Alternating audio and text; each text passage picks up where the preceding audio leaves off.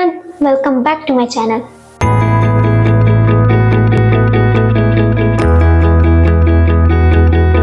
तो हमने अपने पिछले वीडियो में ग्रहों और सौरमंडल के बारे में जाना था। तो आज हम उसी सौरमंडल के एक ग्रह पृथ्वी, जो कि हमारी ग्रह है, उसके बारे में जानेंगे। यानी कि आज हम अर्थ का अर्थ जानेंगे। तो वीडियो को शुरू करते हैं। हमारी पृथ्वी का निर्माण 4.6 अरब वर्ष पहले हो गया था, लेकिन उस समय हमारी पृथ्वी रहने लायक नहीं थी। उस समय पृथ्वी बहुत अधिक बंजर, पथरीली और बहुत अधिक गर्म थी। तो हमारी पृथ्वी इस कंडीशन में कैसे आई, उसे जानने से पहले हम पृथ्वी के कुछ बेसिक्स जान लेते हैं। जैसे कि पृथ्वी सूर्य का चक्कर 365 दिन में लगा लेती है और हमारा एक दिन 24 घंटे के बराबर होता है और सूर्य के प्रकाश को पृथ्वी तक आने में 8 मिनट और 20 सेकंड का वक्त लगता है। मतलब अभी जो हमें सूर्य का प्रकाश मिल रहा है, सूर्य की स्थिति दिख रही है, वो 8 मिनट और 20 सेकंड पहले की है। फिर पृथ्वी का लगभग 70% भाग जो है जलीय है, लेकिन उसमें भी पीने योग्य जो पानी है वो सिर्फ 5% है, बाकी पानी खारा होता है। और फिर इसमें स्थलीय भाग भी मात्र 30% है, उसमें भी पूरे 30% पर मनुष्य निवास नहीं करते। और पृथ्वी का जो शेप है वो पूरी तरह गोल नहीं है, उस शेप को जियोइड शेप बोलते हैं, यानी कि पृथ्वी की तरह वाला शेप। मतलब पृथ्वी के जो ध्रुव हैं वो थोड़े चपटे हैं और उसका बीच का भाग थोड़ा फैल गया है। ये उसके पृष्ठ तनाव के कारण हुआ था।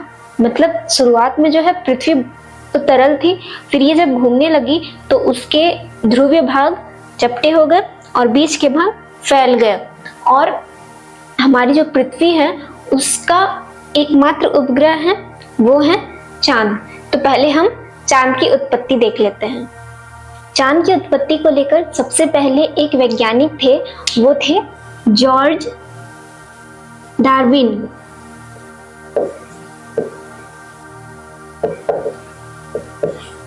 इसके नाम को जानकर आपको एक और नाम याद आता होगा, चार्ल्स डार्विन का। चार्ल्स डार्विन जो थे उन्होंने ऑरिजिन ऑफ लाइफ के बारे में बताया था और इन्होंने ऑरिजिन ऑफ मून के बारे में बताया था। और जो जॉर्ज डार्विन थे ये चार्ल्स डार्विन के ही बेटे थे, लेकिन इनकी थ्योरी जो थी वो मान्य नहीं थी, क्योंकि इन्होंने कहा था पहले जो पृथ्वी है वो तो तरल थी, तो फिर ये जब घूमने लगी तो इसी का पार्ट अलग हो गया था। ऐसा जो है इसी का पार्ट एक ऐसे अलग हो गया था और इसे डंबल लाइक मतलब स्ट्रक्चर बनाने लगी थी, इसलिए इस हाइपोथेसिस को डंबल लाइक हाइपोथेसिस कहा गया। इसे हाइपोथेसिस क्यों कहा गया, थ्योरी क्यों नहीं कहा गया? क्योंकि थ्योरी जो होती है उसे कहते हैं जो प्रूफ हो जाती है, और हाइपोथेसिस जिसके प्रूफ नहीं मिलते हैं उन्हें हाइपोथेसिस कहते हैं। फिर इन्होंने कहा इसी से ये टूट के अलग हो गई और पृथ्वी का चक्कर लगाने लगी और फिर बाद में ये जो है मून कहलाई, लेकिन इसे माना नहीं गया। फिर आगे जाके और भी वैज्ञानिकों ने मिलकर शोध किए, फिर हमें पता चला चांद की उत्पत्ति। आगे चल के बहुत सारे विद्वानों ने मिल के ये रिसर्च किया कि चांद की उत्पत्ति कैसे हुई होगी। उन्होंने ऐसा सोचा कि जो सौरमंडल है उसमें पृथ्वी के बगल से पहले एक और ग्रह गुजरा करता था, उसका नाम इन्होंने बताया थिया। उस ग्रह का नाम थिया था। एक दिन वो पृथ्वी से टकरा गई, फिर पृथ्वी के जो कण निकले उन्हीं में ही आपस में संसर्जन की क्रिया हुई। फिर बाद में ये आपस में जुड़ के एक गोल आकार बना लिया और फिर पृथ्वी के गुरुत्व के कारण ये उसके आसपास घूमने लगी और इस प्रकार हुआ चांद का निर्माण। अभी यही साक्ष्य जो है द बिग स्प्लैट कहलाती है।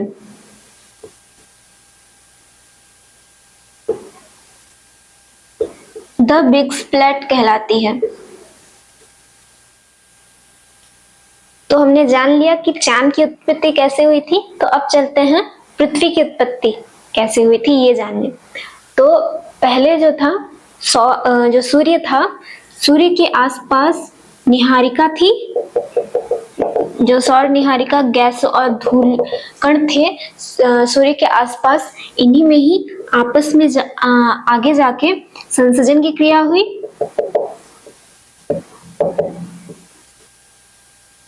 इसे ही एक्रीशन बोला जाता है या फिर कोहेशन। फिर संसर्जन की क्रिया में क्या होता है, जो धूल कण है आपस में चिपकने लगते हैं। फिर जब ये चिपकने लगे तो उस समय पृथ्वी जो थी बहुत गर्म थी, बहुत गर्म थी, इसमें बहुत अधिक ऊष्मा थी। फिर समय के साथ साथ ये धीरे धीरे ठंडी होने लगी। क्यों ठंडी होने लगी? क्योंकि ग्रहों का तो अपनी ऊष्मा, अपनी प्रकाश नहीं होती है, इसलिए वो आगे चल के ठंडी होने लगी। लेकिन ये बस बाहर से ठंडी होने लगी थी, अंदर अभी भी सब कुछ गर्म और तरल था। जो बाहरी बाहरी इसका आवरण जो ठोस होने लगा और ठंडा होने लगा, इसे कहा गया प्राइमोर्डियल क्रस्ट।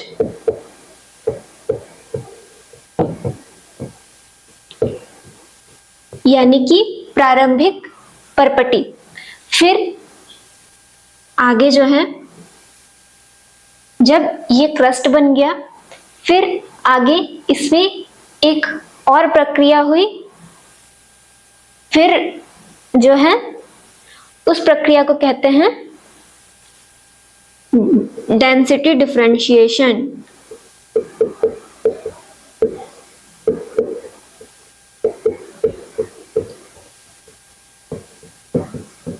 हिंदी में घनत्व विभेदन या फिर घनीभूतीकरण। इस प्रक्रिया में क्या हुआ, जो हल्के पदार्थ थे वो पृथ्वी के केंद्र में जाने लगे, और जो भारी पदार्थ थे वो पृथ्वी के केंद्र में जाने लगे, और जो हल्के पदार्थ थे वो पृथ्वी के बाहर जाने की कोशिश करने लगे। जैसे कि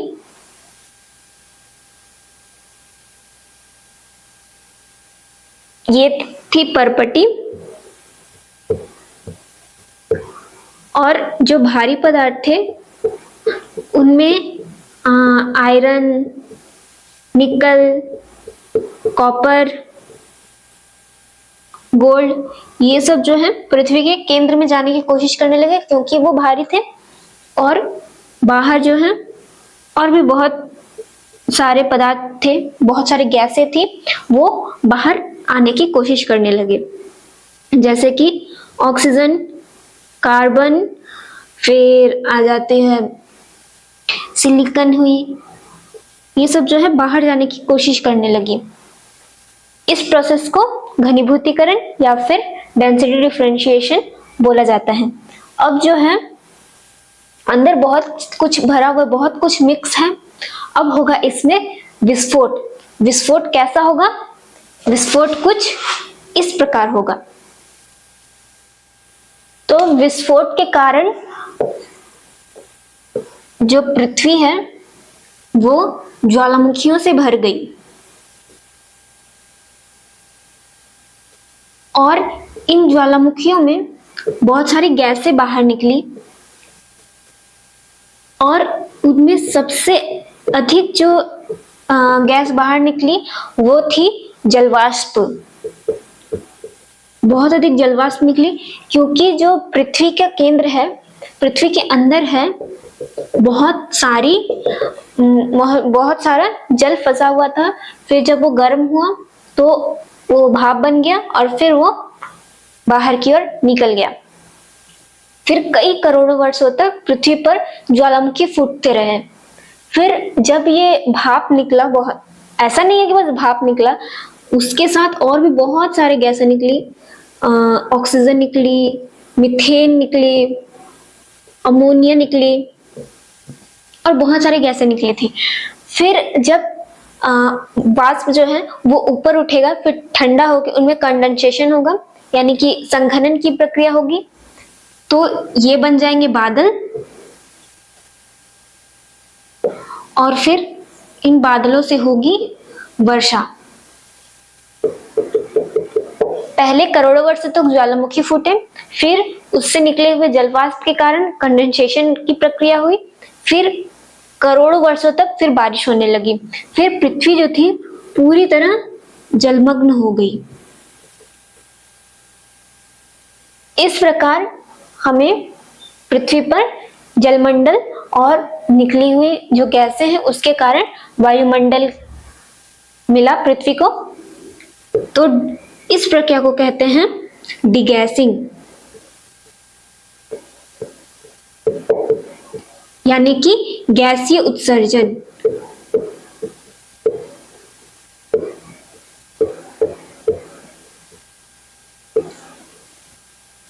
फिर इसी से हमें भौतिक भूगोल के जो 4 पार्ट्स हैं वो मिल गया। हम जैसे कि सबसे पहला स्थलमंडल। आप पूछोगे कि यहाँ स्थलमंडल तो है ही नहीं, तो जो ये जल है वो भी तो किसी के ऊपर है, तो ये मिल गया हमें स्थलमंडल, यानी कि लिथोस्फीयर।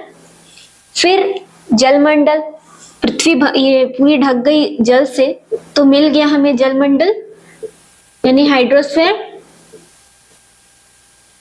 फिर तीसरा पार्ट वायुमंडल, गैसें बाहर निकली, इससे हमें मिल गया वायुमंडल, ये है वायुमंडल।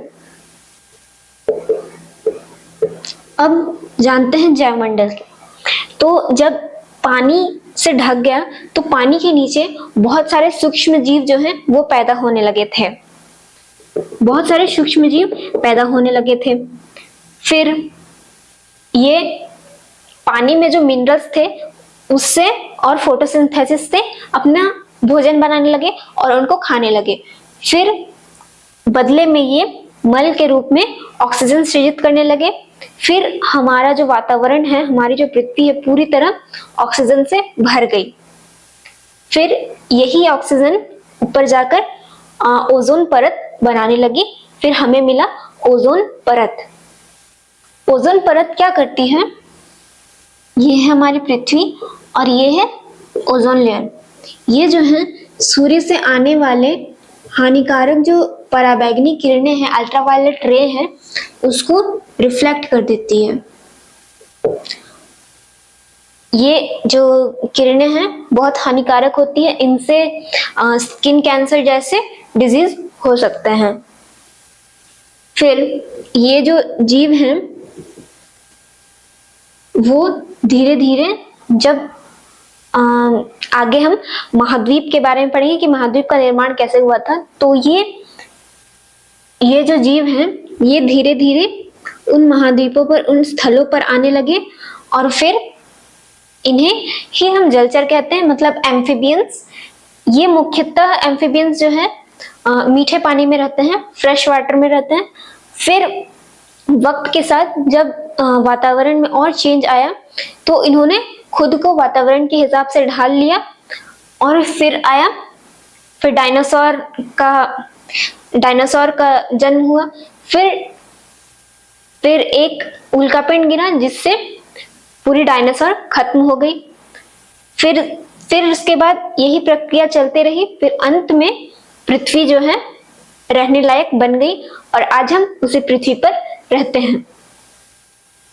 तो हमने आज क्या देखा? सबसे पहले देखा हमारा चांद कैसे बना, चांद की उत्पत्ति देखी। फिर देखा कि पृथ्वी जो है वो मुख्यतः तीन मुख्य कारणों से बनी है। पहला था संसर्जन यानी एक्रीशन या कोहेशन। फिर उनमें हुआ घनत्व विभेदन यानी कि डेंसिटी डिफरेंशिएशन। फिर आता है डिगैसिंग मतलब गैसीय उत्सर्जन। इस डिगैसिंग से ही हमें 2 चीजें मिली पृथ्वी को, पहला था जलमंडल और था वायुमंडल। फिर जलमंडल के नीचे बहुत सारे सूक्ष्म कण, सूक्ष्म जीव पैदा होने लगे, उनसे मिला हमें जैवमंडल। तो आगे हम इन्हीं पे ही चर्चा करेंगे। तो हमारी पृथ्वी बन गई। आगे हम पूरे विश्व को धीरे धीरे समझने की कोशिश करेंगे। तो मिलते हैं अगली वीडियो में, तब तक के लिए keep learning and thanks for watching.